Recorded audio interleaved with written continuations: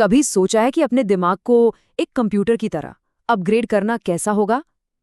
इस विश्लेषण में हम लोग ठीक यही करने वाले हैं।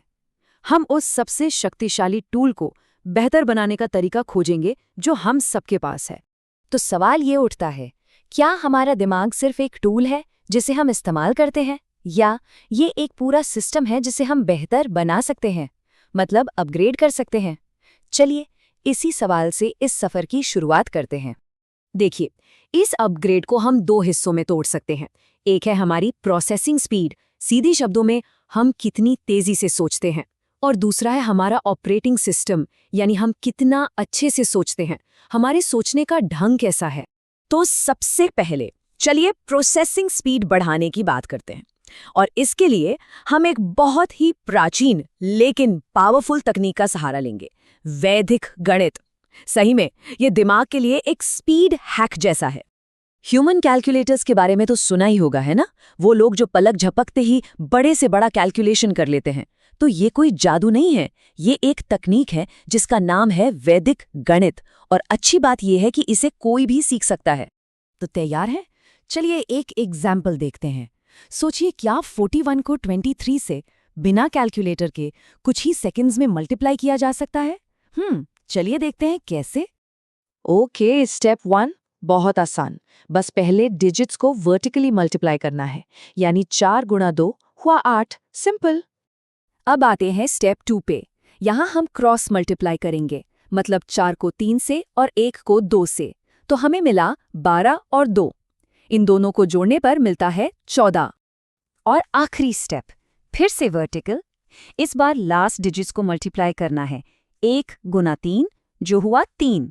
बिल्कुल आसान है ना? ठीक है, अब इन 3 नंबर्स को जोड़ने का टाइम है। हमारे पास है 8, 14 और 3।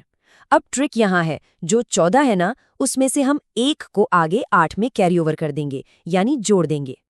और बस जवाब आ गया 943। देखा कितना आसान था, बिना कैलकुलेटर के सीधा दिमाग में कैलकुलेशन हो गया। तो फास्ट कैलकुलेशन करना तो ठीक है, काफी अच्छा है, लेकिन ये कहानी का सिर्फ एक हिस्सा है। जरा सोचिए, अगर प्रोसेसर सुपर फास्ट हो लेकिन ऑपरेटिंग सिस्टम ही बगी हो, तो स्पीड का क्या फायदा? तो अब हम आते हैं अपने मेंटल ऑपरेटिंग सिस्टम को अपग्रेड करने पर, और इसके लिए हम साइकोलॉजी यानी मनोविज्ञान की दुनिया में चलेंगे। ये असली गेम चेंजर है। ये लड़ाई तो हम सभी जानते हैं, नहीं? रोज होती है, हमारे लॉजिक और हमारे इमोशंस के बीच। एक तरफ दिमाग कहता है कि क्या सही है, और दूसरी तरफ दिल कहता है कि क्या करने का मन कर रहा है। और ये हर रोज होता है। सुबह अलार्म बजने पर उठना, या बस 5 मिनट और, जिम जाना या जंक फूड खाना, काम करना या एक और रील देख लेना। यही छोटे छोटे फैसले आगे चलकर हमारी जिंदगी बनाते हैं। लेकिन बात सिर्फ हमारे अंदर की नहीं है, हमें इसलिए भी सावधान रहना है क्योंकि बाहर की दुनिया हमारी इन्हीं कमजोरियों का फायदा उठाने के लिए डिजाइन की गई है। सोचिए ना, celebrity gossips, endless sports commentary, reality TV का ड्रामा, और सबसे बढ़कर सोशल मीडिया की एडिक्टिव फीड्स। ये सब चीजें हमें हुक्ड रखने के लिए, हमारा ध्यान भटकाने के लिए ही तो बनाई गई हैं। तो इन दोनों चीजों को एक साथ कैसे लाएं, स्पीड और कंट्रोल?